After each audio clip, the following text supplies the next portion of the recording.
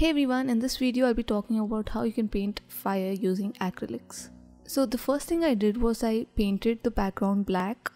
A dark color adds intensity to the fire, and keeping the background simple to begin with is important to ensure that you concentrate on the fire itself. So the next thing you can do once the background is established is you can draw the basic shape of the fire. It's good to use a reference for the shape, such as drawing an ellipse within which the fire will remain, and you can send the flames up to any of the edges of this ellipse. Also be sure to vary the height of different flames. No flames remain the same height at the same time, and the difference in height gives a greater sense of movement. Now paint the edges of the fire with a slightly darker color than the one that you would use for the base of the fire. This gives the fire more shape and also gives an indication of its movement. I've mixed a little bit of cadmium yellow with cadmium red.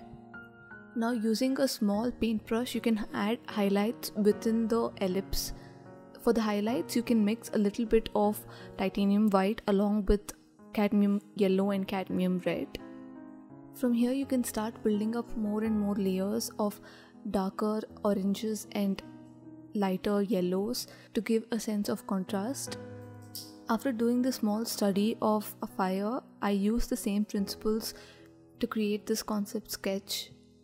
I wanted to challenge myself to create a larger fire and introduce a subject into the picture. So this is basically the process of how I created this fire painting. I hope you find this video helpful. If you do, please like, share and subscribe. You can also check out my Facebook page. I upload additional content there. Thank you for watching. I'll see you in my next video.